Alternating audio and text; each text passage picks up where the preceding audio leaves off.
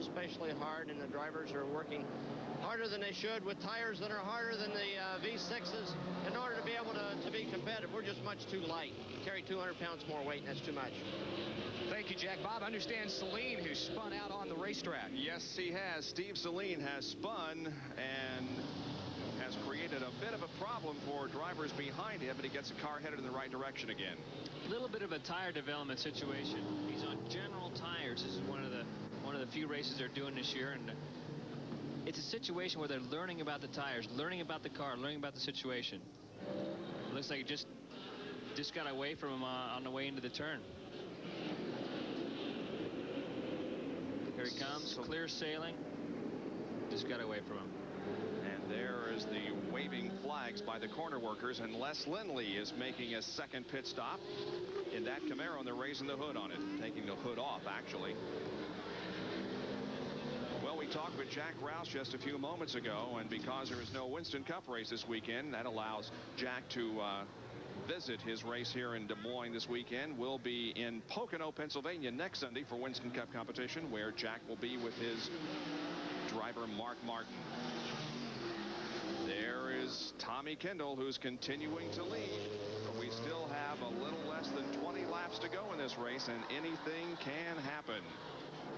He's led 32 of the laps so far. We'll be back with more from Des Moines after these messages. Des Moines, Iowa, for the Rouen Greater Des Moines Grand Prix Trans Am race, live here on ESPN. There's the leader, Tommy Kendall, in 01, the ICI Beretta. We'll show you some of the other cars that are on the racetrack. They include Jim Derhaag in car number 40. Kendall sliding off the corner there. First car behind Tommy Kendall is the number 73 machine, driven by Brett Kaufman from Roscoe, Illinois. And just behind him is Jim Derhaag in car number 40. Chaska, Minnesota is where he calls home. As we jump inside the car and ride with him.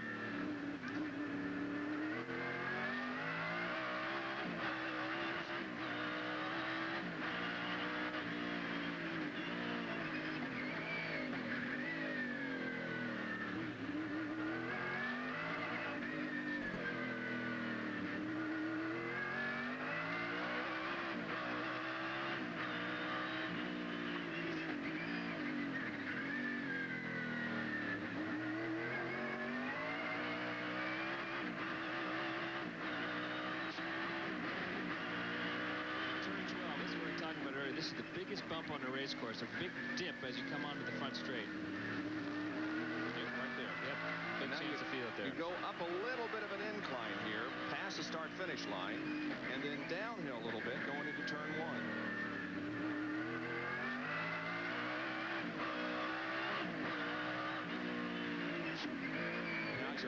You're going downhill here, but you also got a corner to contend with, so you're really hard on the brake.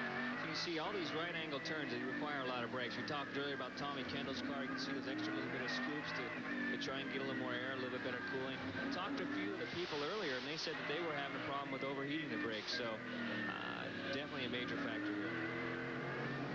Jim Derhaag competed in his 100th Trans Am race at Cleveland, so this makes his 101st. Waiting for the next car on the racetrack, and it's Dick Danielson in car number 9. Danielson, coming into this race, was in 22nd position in the point standings. Disappointing year so far for Dick. His best finish of the year was in 9th at Portland. He's on a different type of tire, too. He's on Firestones. So we're seeing Goodyears, we're seeing Firestones, we're seeing Generals out here.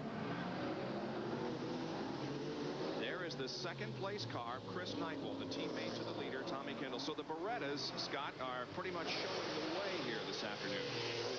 Definitely showing the way here. They haven't been contested except earlier on by Scott Sharp. And since then, it's been clear sailing. Tony Peroso Jr.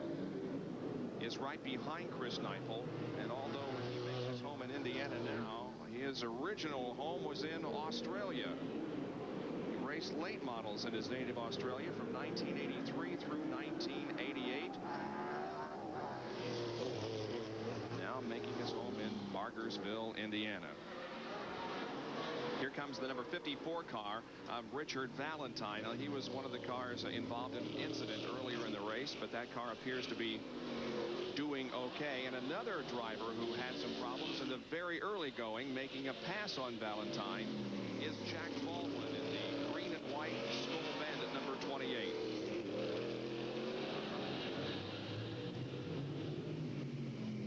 Baldwin, believe it or not, is a rookie in this series, although he's not a rookie to racing. And there is Robert Lafalainen in his car. There is Valentine in 54. Behind him is Robert Lafalainen in the black and yellow Mustang, missing the front part of that car. We talked before the race how this race, this track was really going to take its toll on cars. And we've seen it just eat cars up this weekend.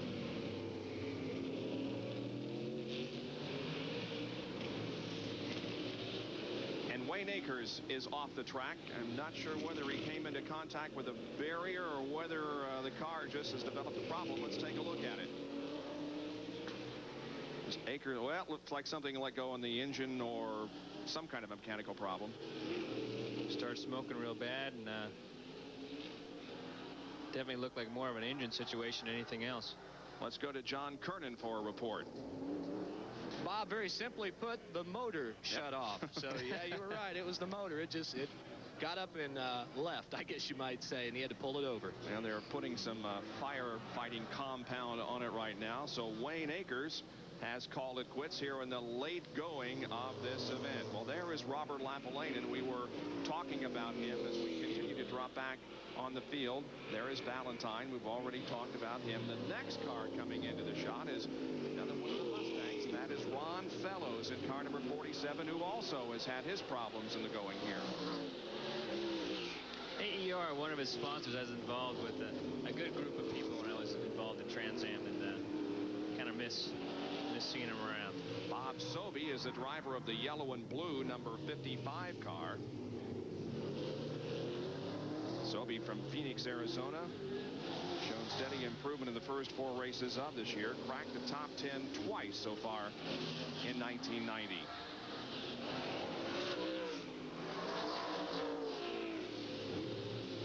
Sobey in the Red Line Oil Camaro.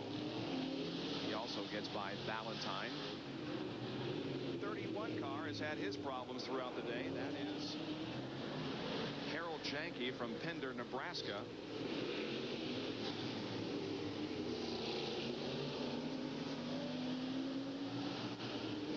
The number 19 car is next on the racetrack. As we see a tow truck out on the racetrack, tending to one of the disabled vehicles out there. Here comes the number 19 car. That's Steve Saline from Livonia, Michigan. Also very active in the race truck series in SCCA, and he was in Indianapolis last year. Indy cars, race trucks, even racing the Mustangs in I believe it was called the Super Sport division. Very active with Ford Motor Company, as well as doing a lot of other things. So he's got his hand in a lot of racing. And Steve Saline at the moment is shown in 7th position. There is Darren Brassfield in car number 5. He is in 3rd spot. He battled many laps during this event with Robert Lafalainen until Robert crashed out, leaving Darren all alone in 3rd position. Darren and Neil Life Oldsmobile in a situation now where he knows he has a hard time catching up to Chris Neifel. He's far enough ahead of 4th place where he doesn't have to worry about that.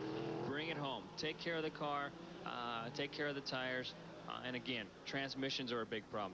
Drive lines are a big problem. A lot of racetrack. Back to the next guy on the track. That is the number 29 car of Ed Hinchcliffe from Ypsilanti, Michigan. Currently shown in 16th spot. Well off the pace, several laps down, but nevertheless will register a top 20 finish. There's a leader, Tommy Kendall, as he has put another lap on the 15 machine of Herb Hare, who is currently in 5th position, but now he is 2 laps down. And we go inside Herb's Oldsmobile. We'll take a lap with him and listen to the sound